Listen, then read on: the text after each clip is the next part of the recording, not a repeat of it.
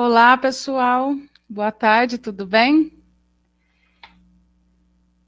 Eu sou Cíntia Godoy,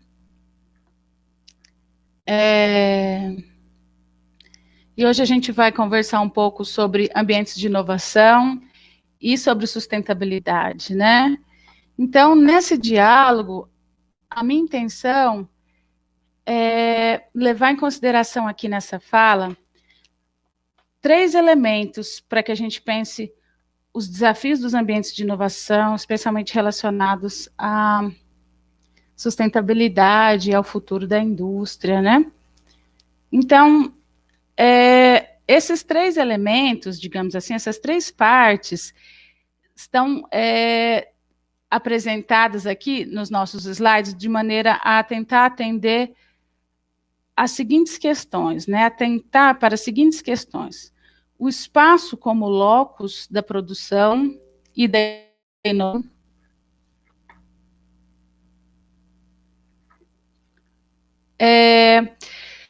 Os desafios trazidos pelo contexto da pandemia, né, e as inovações e o futuro da produção, quais são os desafios atuais desses ambientes de inovação para a própria produção da inovação, né?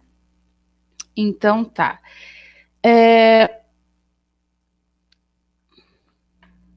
Eu não sei se está aparecendo aí a tela.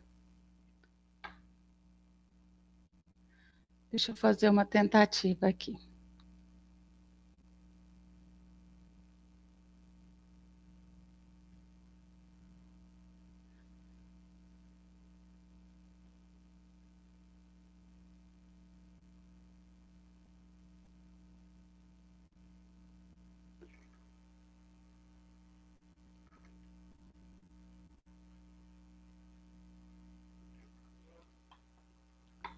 Vamos ver.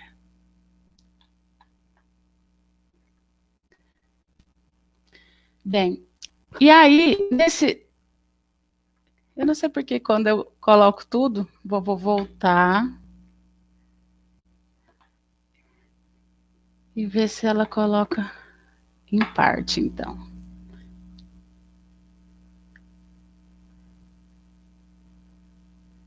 Share screen.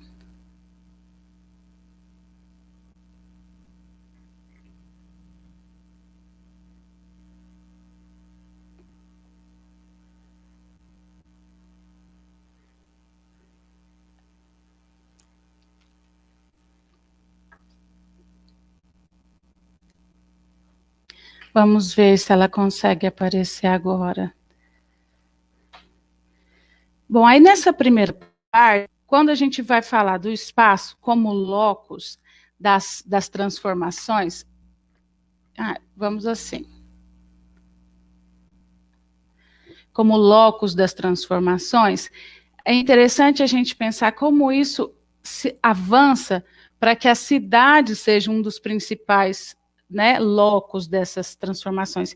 E como é difícil dar força para esse ambiente, porque ao mesmo tempo que a cidade ela ganha força econômica, ganha força política, e ela também permite a construção desses espaços inovadores, ela também se transforma numa cidade muito desigual, uma cidade guetizada e uma cidade que tem muitos desafios, né? Então, um dos textos que eu gosto sempre de usar para ajudar a pensar essa questão da relação da inovação com o espaço urbano, da criação desses ambientes de inovação, é um texto chamado, né, Inovação, Desenvolvimento e Espaço Urbano, uma relação necessária, mas não suficiente. Bem, nessas discussões entram elementos como o espaço urbano como foco principal ou o ambiente privilegiado dos processos do desenvolvimento, né? Então, a gente tem uma cidade que se constrói criativa, uma cidade que se constrói tecnologicamente avançada, né? Espaços heterogêneos no planeta todo, espaços que estão pulverizados no planeta, mas também que são espaços muito desiguais. Nesses mesmos espaços, a gente conhece cidades guetizadas, cidades pobres, né? Civicamente pobres. Isso é um conflito enorme.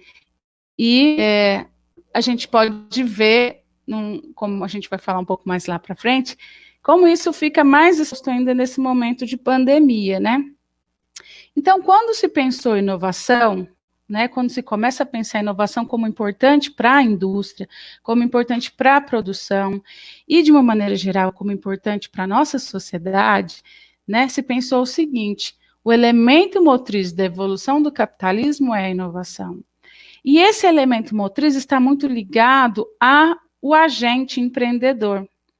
Mas, com os avanços, né, de estudos e investimentos em inovação e sobre inovação, começaram a pensar, né, alguns estudiosos começaram a pensar que não é só o empreendedor, não é só esse agente, mas o ambiente que se cria para que esse agente possa ser produtivo é tão importante quanto, né? Então, as ideias de Schumpeter apresentam um foco nesse agente empreendedor. E o que se diz, né, em teoria, é que os neo-schumpeterianos dão força para o discurso da importância do ambiente de inovação para que seja possível avançar nas transformações através de produtos, mudanças, né, evolução e mudanças em produtos e serviços. Bom, então, o meio inovador passa a ser muito importante para esses neo-schumpeterianos. E muitas pesquisas, muitos estudos foram sendo desenvolvidos, expondo como esses meios inovadores, uma vez estimulados, eles permitem transformação nas hierarquias espaciais. Porque a gente tem muitos estudos sobre como a hierarquia espacial se organiza, se apresenta. Como algumas cidades se desenvolvem e outras não. Como alguns países se desenvolvem e outros não. E aí tem uma série de elementos, claro. Mas um elemento interessante, que se mostra interessante, né, na discussão da inovação, é que as teorias espaciais dominantes, elas explicavam as redes urbanas existentes, as hierarquias espaciais existentes, mas não necessariamente explicavam os processos, né, de desenvolvimento e gênese do território. Então, assim, a empresa naquele momento, naquelas ideias, ela era um agente inovador isolado. E o que se percebeu é que, quando se avança para estruturas que apoiem um conjunto de empresas, ou quando empresas começam a atuar de maneira mais conjunta, vários conceitos vão sendo fundados para tentar entender essa dinâmica. A dinâmica é sempre mais rápida que os conceitos, né? Então, quando a gente tem empresas atuando em conjunto, uma cadeia, ou um cluster, ou um arranjo produtivo local, quando a gente tem ambientes criados especificamente para pensar pesquisa, desenvolvimento, tecnologia, inovação, isso parece gerar regiões inteligentes, parece gerar espaços transformadores, espaços de inteligência. E aí, o que explicaria, então, essa transformação na hierarquia urbana? A gente tem, no Brasil, uma história da urbanização que mostra para a gente que houve cidades que avançavam no desenvolvimento, que estavam ficando mais importantes, mas que de repente estagnaram. E houve outros casos em que cidades avançaram no desenvolvimento e se tornaram cidades médias e cidades grandes, cidades centros de consumo e de dispersão de fluxos de diferentes ordens. Como explicar isso? Né? Então, a nossa discussão aqui é que a explicação dessas transformações da rede urbana, do poder de determinadas cidades, passa também pelo entendimento dos investimentos e estímulos aos ambientes de inovação. Então, essas ideias que vêm dos pensadores neo-schumpeterianos dizem isso. Olha, a inovação não parte de um empresário, de um agente inovador. É preciso criar um ambiente, criar uma cidade em que existam esses espaços. Então, muitos espaços organizados de produção foram surgindo em função dessas ideias, né? Os polos industriais, as incubadoras. Então, ao longo da história, a gente teve diferentes conceitos, mas, na verdade, são espaços organizados da produção. A gente poderia, né, resumir assim. E esses espaços organizados da produção, eles têm relação com uma série de fatores, e a gente não pode negar a importância dos agentes, os agentes empreendedores, os agentes políticos, né? Boa tarde, pessoal, está chegando. Bem, então, quais são as condições territoriais que geram esses espaços, que conseguem gerar esses espaços tão transformadores assim da nossa rede urbana e das nossas cidades, né? Então, existe sim relações entre a inovação, especialmente entre os ambientes de inovação e as transformações territoriais, né?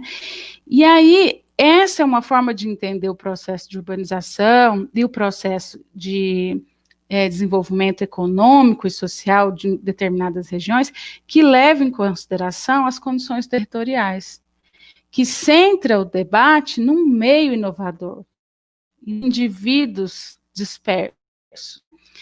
E aí, quando a gente passa a pensar dessa maneira, a gente começa a entender por que ao longo do planeta, especialmente dos países mais ricos, né, a gente começa a mapear diferentes formas e diferentes ambientes de inovação.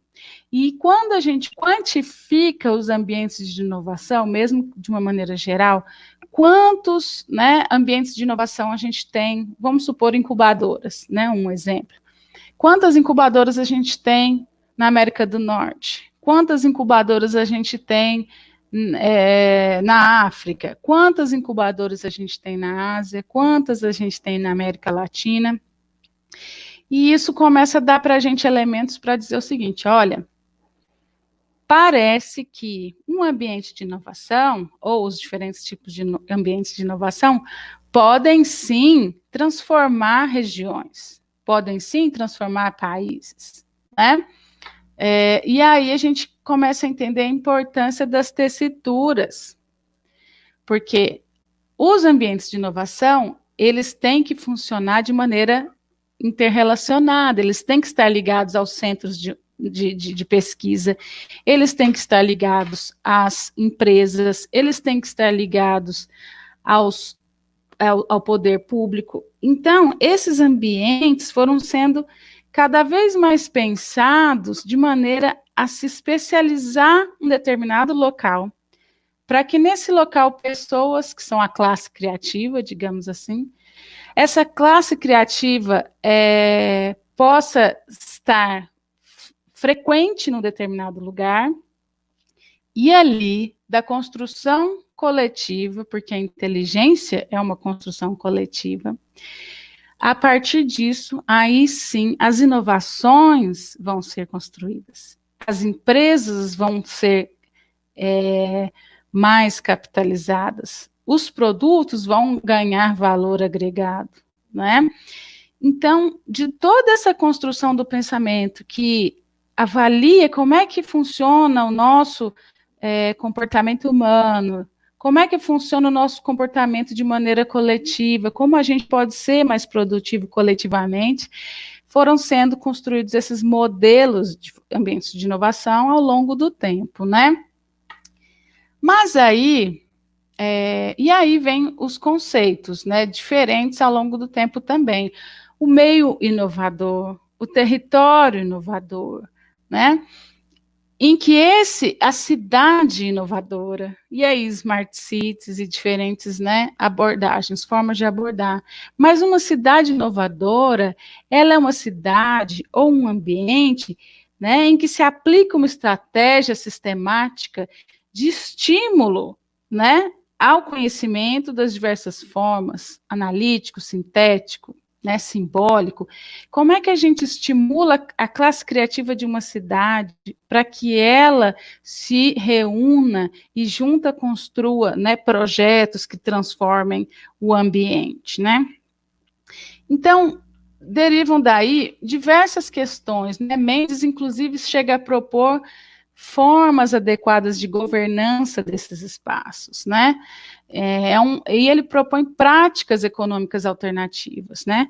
Para esses espaços. E daí surgem os diferentes conceitos, como eu falei anteriormente, né? A PL, que é o arranjo produtivo local, o polo, que é anterior, né? Cluster, os parques tecnológicos, que são, né, talvez um dos ambientes mais avançados que nós temos hoje, e daí as aceleradoras, incubadoras, os ambientes de coworking. Mas aí a questão que é super interessante é relacionar toda essa construção com o ambiente, ou na verdade não o ambiente, mas com o cenário que a gente está vivendo hoje. Como é que a gente percebe que a construção coletiva e a convivência em ambientes especializados podem ser tão transformadoras, tão geradoras de inovação? Como é que a gente também percebe que isso é tão louco, né, o que a gente está vivendo, que os desafios de uma pandemia mostraram e estão mostrando que a classe criativa ela continuou produtiva mesmo em uma certa distância, né? Então, os parques tecnológicos, ou as incubadoras, ou os eventos, um evento como a Campus Party, está acontecendo. A classe criativa está aqui presente, reunida, com todas as dificuldades e toda a distância, né? Então, como é que toda essa construção teórica, de certa forma, também ela está em xeque? É que a gente não pode esquecer os estudos que também estão sendo realizados dos efeitos desse isolamento, dos efeitos da nossa produção coletiva distante, né, coletiva virtual, mas distante das presenças físicas, também tem efeitos, né, psicológicos, emocionais, etc., sociais, que são grandes, mas de certa forma houve um aprendizado enorme da nossa classe criativa de atuar em conjunto, mesmo à distância. A gente tinha um pouco já desse aprendizado, mas é claro que a pandemia aprofundou isso, né? E mostrou que sim, nós somos capazes. Claro, existem vários desafios e vários problemas, e aí eu vou falar um pouco sobre eles também daqui um pouco, né? Mas, de certa forma, o que os autores também mostraram, autores como Flórida, que a gente tem um papel como classe criativa relacionado aos principais elementos que são tecnologia, talento e tolerância. Então, sempre que eu leio esses textos, eu me lembro da Holanda, e que uma coisa que eu vivi, que eu presenciei um pouco lá, foi um discurso, quase que uma narrativa social, talvez, sendo construída. Então, no dia a dia, né, no cotidiano, os holandeses sempre falavam assim: nós somos holandeses, nós somos bons negociantes, nós somos tolerantes, nós somos um povo tolerante. E eu ouvi muito isso lá. Muito. Então, a classe criativa tem uma série de desafios e também um papel muito importante na construção da sociabilidade, que é reforçar a tolerância. Nós não conseguimos construir conhecimento e gerar inovação sem nos relacionar e sem entender as diferenças e sem respeitar as diferenças e agregar valor a tudo que a gente faz a partir do entendimento profundo das diferenças e de inserir as demandas e as necessidades das diferenças nos nossos produtos, né? Isso falando de uma maneira geral. Então, as cidades se tornam o centro de toda uma construção da transformação da nossa sociedade. As cidades se tornam o centro, as cidades se tornam mais importantes que muitos países. E muito em função, claro, da produção industrial, tecnológica, e também desses ambientes, que são os ambientes que trazem as ideias e transformações, né? E aí o poder da cidade se torna tão grande que chega, inclusive, a contestar o Estado-nação, né? Mas isso também é uma outra questão, né? Mas mostra o quanto os ambientes de inovação, que são elementos caracterizadores das cidades poderosas, têm sim poder político, poder econômico e poder de transformação, não é mesmo? Bem, então, por exemplo, né, Vergara Roja e Souza referem-se a um centro de pensamento estratégico com uma institucionalidade que possa dar conta, que possa contar com uma massa crítica de inteligência estratégica, envolvendo uma equipe preparada com atributos qualificados de competência técnica e de articulação territorial. Então, existe, né, para os autores que eu citei lá em cima, o Dalla Brida, uma relação causal entre inovação, desenvolvimento e o território. Bem, como é que isso acontece?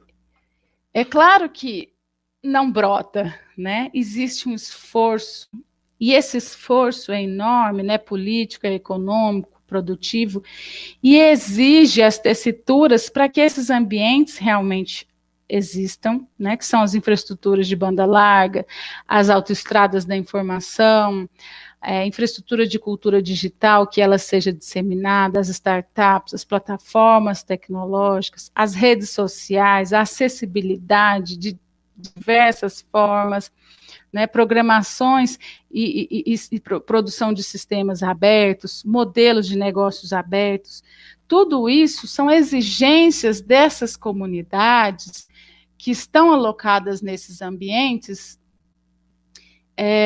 para que essa cidade realmente seja competitiva, né, e tenha esse poder, né? Então é preciso a gente entender o espaço como locus dessas transformações e do investimento na inovação. A cidade como um espaço público que deve ter qualidade, que deve estimular a nossa convivência nos espaços públicos, né? Que deve ser convidativa, que deve ser possível de ser vivida. E aí, no momento de pandemia, isso se aprofunda, né? Porque se os ambientes de inovação, se a classe criativa não pode ficar mais tão centralizada nesses ambientes, ela pode sim se apropriar da cidade, se apropriar dos espaços públicos com mais força, para que a construção da inteligência coletiva continue, não só virtualmente, porque nós somos seres, né? Nós não somos seres virtuais, pelo menos por enquanto, né? Nós somos seres que precisamos de convivência, precisamos do ar, precisamos, né, de oxigenação. Bem, então é preciso o avanço para uma cidade mais compacta e mais homogênea, em que multiplicam interações e conexões.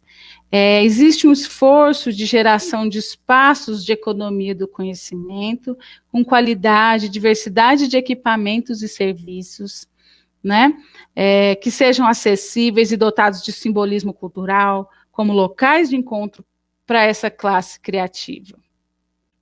E para todos, né, claro. Existe um esforço para que os centros e lugares históricos sejam,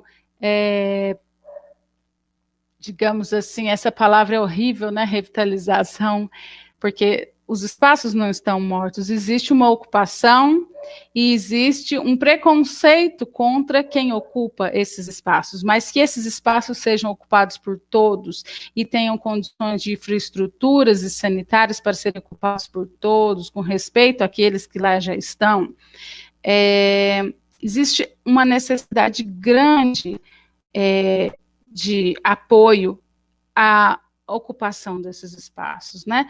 Então, para finalizar, existe uma demanda de pensar qual é o futuro desses espaços, dos ambientes de inovação, já que ele vai ser ocupado de maneira diferente. A gente percebeu que a gente também pode produzir à distância. Então, muitos parques tecnológicos estão sofrendo com desafios enormes, né? Então, o desafio pós-pandemia traz uma série de questões, porque empresas que ocupavam parques tecnológicos para produção de serviços podem não precisar desses ambientes mais, né? Mas a indústria continua precisando, mas ocupando com, talvez, em função de legislação futura, né, com um grupo de pessoas menor. Como é que vão ficar esses espaços? Como vão ser, qual é o futuro desses parques tecnológicos e desses ambientes de inovação, se a gente está aqui percebendo que a gente é capaz de construir mais à distância, né, do que, às vezes, presencialmente? O custo fixo desses ambientes de inovação é alto também para as empresas, né? Então, no sentido de futuro, para esses ambientes e para a produção, existe a pressão para que toda a produção tenha um perfil de sustentabilidade no produto em si, não só nos processos, né? Então, um exemplo que vai ser, com certeza, uma demanda para os ambientes de inovação são os produtos, por exemplo, descartáveis que sejam biodegradáveis. Um exemplo, né, breve.